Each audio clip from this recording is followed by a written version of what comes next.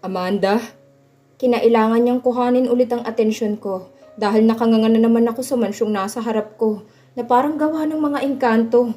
Pakiramdam ko nasa ibang dimension na ako.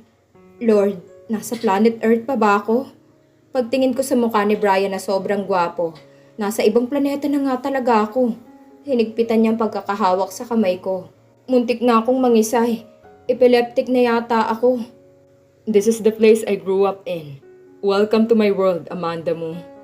Napatitig ako sa kanya nang dalhin niya sa bibigang kamay ko at masuyong halikan iyon habang ang magaganda niyang mata ay nakatitig sa akin. Hindi ako makakurap. Kakaibang pakiramdam na dinulot ng halik na yun sa buong katawan ko. Hindi lang yun. Did I just hear the prince say, "Welcome to my world"? Chills! Nang kumilos ako, sumunod siya sa akin. Pati na rin ang 4 na bodyguards ko na ang mga matay masusing pinag-aaralan ng buong paligid. Sa gilid ng mga mata ko, ganun din ang ginawa ko. Guards are not visible. Pero malakas ang pakiramdam kong ang buong lugar na ito ay napapalibutan ng mga explosive landmine, laser guns, and sensors that detects even the smallest foreign creatures inside the premises. Ito ang tinatawag na heavy-duty security. Siguro kung hindi hawak ni Brian ang kamay ko ngayon, habang naglalakad papasok sa napakalaking gusaling ito, napagtuunan ko sana ng pansin ng mga interior ng mansyon.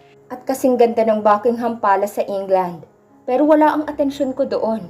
Nakapokus lahat ng senses ko pati sa hormones ko sa pagkakahawak ng kamay niya sa akin. Imaginein mong hawak ng crush mo ang kamay mo, kundi ka mangisay sa kilig. Amanda, you're about to meet his family. Singit ng matinong parte ng utak ko. Medyo nanginig ang kamay ko doon. Are you okay? Slight nanginig lang ng kamay ko ang nagre-react sa kanya. Oo naman. Pero nung nag-smile siya sa akin, hindi na ako okay. Nagkarayot na sa buong katawan ko. Pakiramdam ko nagkapalit-palit ang pwesto ng mga internal organs ko sa katawan. Feeling ko tumitibok ang puso ko sa noo. Langya, hindi na ako nagkaroon ng chance na mahimatay nang pumasok na kami sa isang malawak na kwarto. Okay. I see several people inside. Aristocratic people. Napakiramdam ko kaharap kong mga hari at reyna. Lahat ng mga mata nila nakatitig sa akin. Napakurap-kurap ako at napayuko sa sahig. Hindi ko magawang salubungin ang tingin nila. Hindi nakawala sa mapanuri nilang mga tingin ng mahigpit na pagkakahawak ni Brian sa mga kamay ko. A beautiful woman approached us. Niyakap nito si Brian and mumbled something in Greek I couldn't understand. Hindi ako sa part na to mahihirapan eh. Wala akong alam sa lingwahe nila. Amanda, this is my mother, Helen. Mom, this is Amanda. Bumilis lalo ang tibok ng puso ko. Pakiramdam ko pinagpawisan ako ng malamig. I'm meeting Brian's mom, and I don't know how to behave. Nice meeting you, ma'am. Bahagya akong yumuko. Ang ganda ng mama niya. Buong akala ko'y isa siya sa mga pinsan o kaya tita ni Brian. Dahil kung itsurang pagbabasihan, mukha lang siyang nasa early 30s. Kulot ang buhok niya. Matangkad, maganda ang katawan at may napakagandang muka. Ngumiti siya sa akin. Para akong nauubusan ng oxygen sa katawan. I've heard so much about you, Amanda. I'm glad he's able to take you here safe. Hindi ko napigilang mapamaang sa sinabi niya. She's heard so much about me. Ibig sabihin, kinikwento ako ni Brian sa mama niya. Gosh, ang ganda ko. Well, hindi kasing ganda ni Ma'am Helen, pero ang ganda ko pa rin. Isa-isang lumapit sa akin ng iba pang kamag-anak ni Brian. Pinakilala niya silang lahat sa akin. Mga tita o tito niya. Tapos ay mga first cousins niyang naroon. Although nakangiti silang lahat sa akin. Hindi ko alam pero pakiramdam ko sa mga titig nila gusto nila akong pagsasaksakin sa muka hanggang sa mamatay. May ganoon akong feeling. Kaya ba hindi nila ako inaatake dahil nandito si Brian? Papaano kapag umalis si Brian sa tabi ko? Eh di lagot na. Bakit ganun sila makatingin sa akin? Mabuti na lang iba ang pakiramdam ko sa mama ni Brian.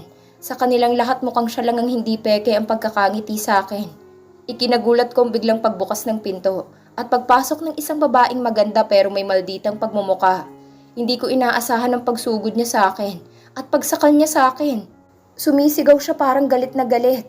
Hindi ko maintindihan ang sinasabi niya. Hinila siya ni Brian palayo sa akin. Nagsigawan silang dalawa. Itinago ako nili sa likuran niya. Lumapit sa akin sina Alec at John para ikubli ako. Samantalang nasa likod ko lang si Ares.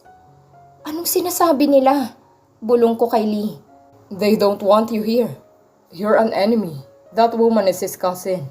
She wants to strangle you to death. She's convincing others to take you to the underground basement and regard you as a prisoner. Namutla ako sa sagot ni Lee. Huwag kang matakot. Brian is the head guardian. His words are law to his family. They can't possibly hurt you. Dagdag bulong sa akin ni John. Narinig kong binanggit ng babaeng galit na galit sa akin ang pangalan ng lolo ko. Marcos Espiro. Tapos kung tingnan niya ako parang gusto niya akong balatan ng buhay. Pati na rin ang iba pang mga kamag-anak ni Brian sa paligid.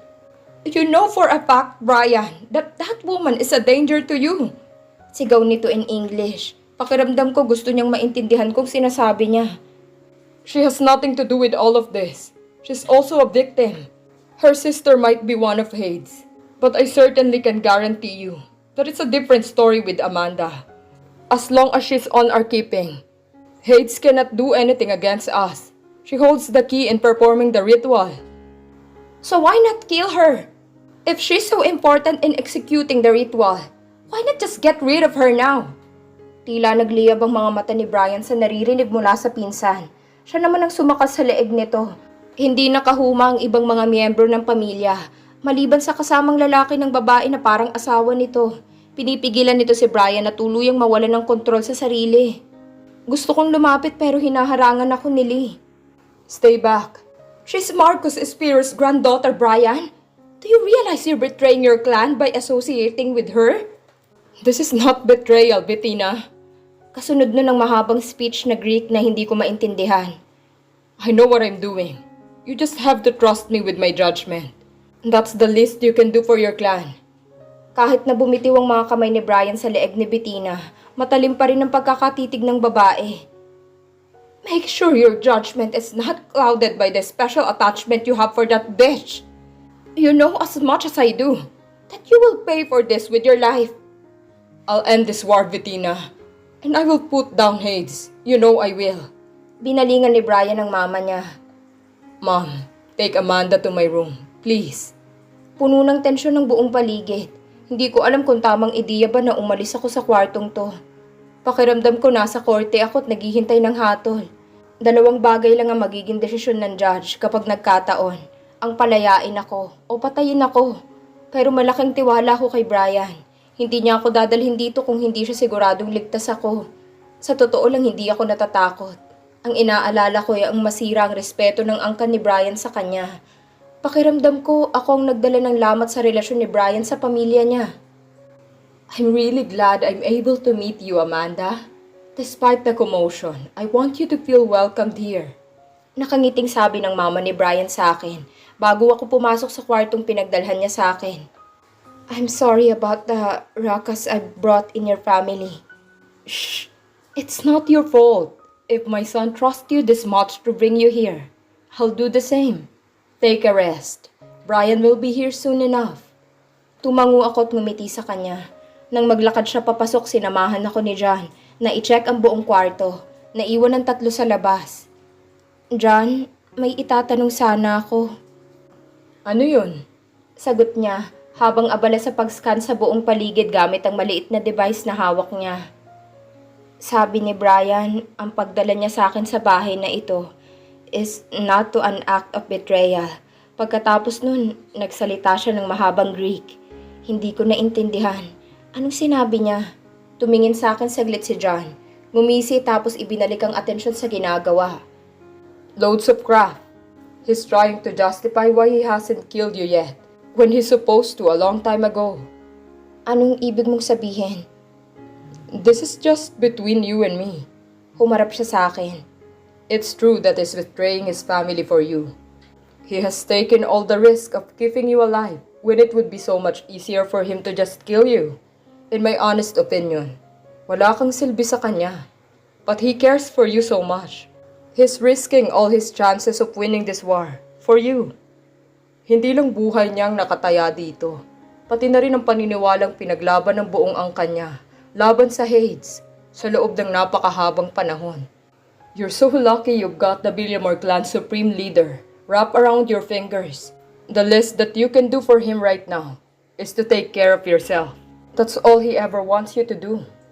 Napalunok ako. Totoo bang sinasabi ni John? Isa pa, alam ni Brian kung gaano ka-interesado si Shanti sa goblet ng pamilya niya. Somehow may katiting na paniniwala si boss na totoong may kapangyarihan ng basong yon na magbigay ng walang hanggang buhay. Pero walang pakialam si Brian. Kinuha niya pa rin ang serbisyo namin. Dahil alam niyang kami lang ang pwedeng magtanggol sa'yo laban sa malalakas na tauhan ng Hades. Our direct order is to keep you alive at all cost. Kaya sino man ang magtangka sa buhay mo, may kalalagyan, kahit pa pamilya niya. Sinabi niya yun? Oo, kahit pamilya niya. Kaya hulaan mo, Amanda, kung gaano ka kaimportante para sa pangalawang bachelor tycoon na yan. Kumindat pa siya. Natigilan ako. Nakaalis na ng matagal si John. Hindi pa rin ako makagalaw. Kinapa ko ang puso ko. Ang bilis ng tibok nito. Kinakabahan ako pero hindi mapigilang magdiwang ng puso ko kung totoong sinasabi ni John. Kung hindi siya nagkakamali sa mga opinyon niya tungkol sa sitwasyon, posible kayang mahal din ako ni Brian. Ayaw tanggapin ang utak ko. Parang napaka-imposibleng mangyari. Pero totoo namang may punto si John. Ano nga ba naman ang silbi ko kay Brian? Isa akong kalaban. Nasa akin ang incantation. Kung papatayin niya ako, walang mawawala sa kanya. Magkakaroon pa kamo siya ng mas malaking tsansa na mabuwag ang Hades at hindi maisagawa ang ritual. Mahal nga kaya ako ni Brian? Ang hirap isipin. Bakit niya ako mamahalin? Ano bang espesyal sa akin? Hindi ako mapakali. Walang tigil ang kutkot ko sa kuko ko. Habang pabalik-balik sa kwarto, na hindi ko magawang kalmahin ang katawan ko. Gusto kong tumakbo. Gusto kong sumigaw ng malakas. Natigilan lang ako nang bumukas ang pinto at nakaharap ko si Brian. He closed the door behind him. Nakatitig siya sa akin. Ganon din ako sa kanya. Hindi ko alam kung ano ang sasabihin ko sa kanya. Hihingi ba ako ng explanation tungkol sa mga kilos niya? O pababayaan ko na lang siyang gawin ang gusto niya sa paraang komportable siya? Nakakainis kasi ako itong hindi komportable. Lumapit siya sa akin. Hinawakan niya ang kamay ko at dahan-dahang tinanggal sa bibig ko ang daliring kinukutkot ko. Nakatitig pa rin siya sa mukha ko. Hindi siya nagsasalita. Inayos niya mga hibla ng buhok na tumatabing sa mukha ko. Walang tigil ang kabog ng puso ko sa mga inaakto ni Brian. Napakasuyo ng mga galaw niya. Hindi ko mapigilang kiligin ng matindi. Halos manginig ang mga kamay ko. Dahan-dahan niyang nilapit ang mukha niya sa akin. Hinalikan niya ako. Kainis. Hinalikan niya ako. Ang mga labi ni Brian. Dumikit sa noo ko. Tapos ay pumaikot ang kamay niya sa leeg ko.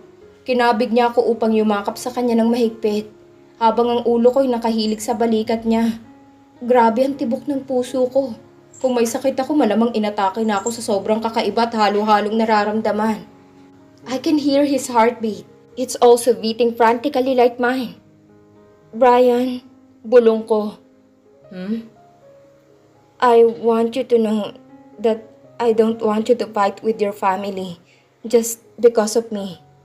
I also want you to know that I'm prepared to do just anything in order to keep you alive.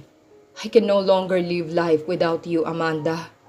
Sobrang hina ng pagkakabulong niyang yon, pero dinig na dinig ko. Bakit hindi ko maririnig buong buhay ko na yatang pinangarap ang mga salitang yun mula sa bibig niya? Napalunok ako. Napilitan akong kumawala sa mahigpit niyang pagkakayaka para makita kong mga mata niya. I stared to the endless darkness of his eyes. Most of the time, walang emosyon ang mga mata niyang yon. Pero ngayon pakiramdam ko nakakakita ako ng fireworks. Kainis. He meant what he just said. Like I've told you before, you are my priority now. I can risk just everything so I can keep you safe. You have brought so much light and happiness in my life that I want you to stay with me, even if it kills me. Dagdag niya, tumulo ang luha ko. Hindi ko maalis ang tingin ko sa mga mata niya. Everybody's telling me that I'm the enemy. You don't have to believe them. I saw myself killing you in my sleep. There's a chance that you will, someday. Kainis. Hindi siya nagbibiro nang sinabi niya sa akin noon na ako ang papatay sa kanya. Natatakot ako. Kill me, Brian. Just kill me now. Sigurado ako sa sinasabi ko. Kinuha ko pa ang kamay niya at inilagay sa leeg ko. Naramdaman kong humigpit ang kamay niya sa leeg ko. Bigyan pa niya ng konting lakas, magagawa na niyang pigilin ang paghinga ko. I encouraged him to do just that. Pero imbis na ituloy ang pagsakal sa akin, lumuwag ang hawak niya at hinaplos ako sa leeg. Kinulong niya sa mga kamay niyang mukha ko at dahan-dahang inilapit ang mukha niya sa akin. Sa pagkakataong ito, hindi na sa noo, hindi na sa ulo, hindi na rin sa pisngi dumapong halik ni Brian. He kissed me in the mouth this time. Napaawang ang labi ko kaya nanatili ang mga labi ni Brian doon. Napapikit ako. Napakapit ako sa balikat niya para hindi ako mag-collapse. Pakiramdam ko kapag bumitiw ako sa kanya, hindi ako kayang suportahan ng dalawa kong paa. Brian for the first time is kissing me voluntarily. Hindi dahil kailangan, kundi dahil gusto niya. At mas ramdam ko ang sarap ng mga labi niya ngayon. I've waited all my life for this magical moment to come. Parang walang araw na hindi ko pinangarap na mahalikan ni Brian. Noong mga panahong pinagpapantasyahan ko siya. At ngayong nangyari na, hindi ako makahinga. Hindi ko in-expect na ganito katinding mararamdaman ko. Sobra-sobra pa ito sa pakiramdam na na-imagine kong mararamdaman ko noon. Brian's kissing me. He's kissing me. And he's sober. Amanda, nakaawang pang mga labi ko nang bitiwan niya. Dahan-dahan akong napamulat para sa lubungin ang tingin niya. I will die for you. That is tolerable. But losing you is the pain I can't ever get through. Napahawak ako sa dibdib ko na parang sasabog. I gasped for some oxygen. Literally. Napatitig ako sa kanya na parang tanga. Brian's face was even more beautiful now. I'm not exactly sure if he's human at all. His face full of emotion now. I can feel the gravity of the words coming out of his mouth. Hindi ko alam kung anong isasagot ko. Madaldal akong tao pero sa mga oras na to, wala akong masabi. Huwag kang ganyan. Utang na loob. Naiihi ako. Naihilamos ko pa ang kamay ko sa buong mukha ko. Sandali. Tatakbo na sana ako palabas ng kwarto nang hawakan niya ako sa braso. Hinapit niya ako sa bewang at hindi ko inaasahan ng muli niyang paghalik sa akin. Mas madiin kesa sa una. Mas mapusok at mas nagdedemand ng tugon. Nang bitiwan niya ang mga labi ko, parang namanhid iyon. I love you. Bulong niya habang nakadikit ang noo niya sa noo ko. At nakakulong ang mukha ko sa mga kamay niya. Nanlaki ang mga mata ko. Totoo? Totoo. Kainis, totoo daw. Ano? Ngisay na? Ang saya ko. Gusto kong sagutin ang tumataginting na I love you to ang I love you niya. Pero inagaw na siya ng mundo ng mga panaginip mula sa akin. Magdamag akong tumitig sa kanya habang natutulog siya. Kinakabis akong kaperpektuhan ng mukha niya. Ngayon malaya ko na siyang nahahawakan nang hindi nangangambang bubulyawan ako.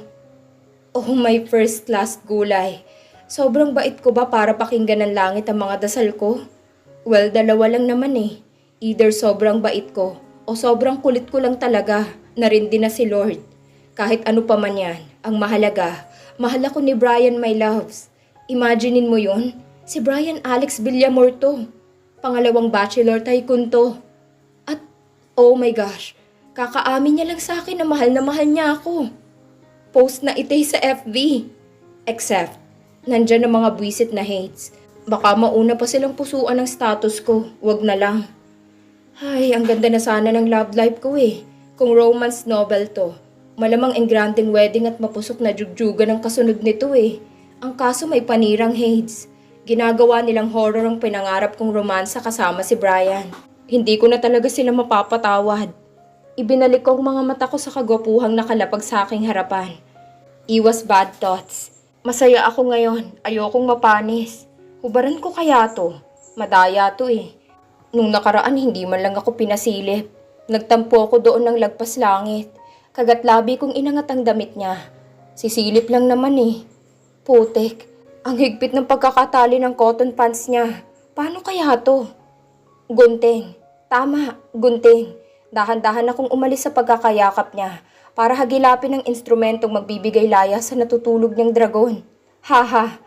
Pero leche, sa laki ng kwartong to, sa dami ng mamahalin at mga antigong kagamitan, wala akong makitang kahit na isang matalas na bagay na pwedeng pumutol ng lintik na tali ng pants ni Brian. Lumabas ako ng kwarto. Naabutan ko ang 3 kong bodyguards. Maliban kay John, nag-uusap-usap ang 3 sa lengguaheng hindi ko maintindihan, ni hindi ko ma-pronounce. Nasaan si John? Tanong ko nang maisara ko ng dahan-dahan ng pinto ng kwarto namin ni Brian. Take note, namin ni Brian ko.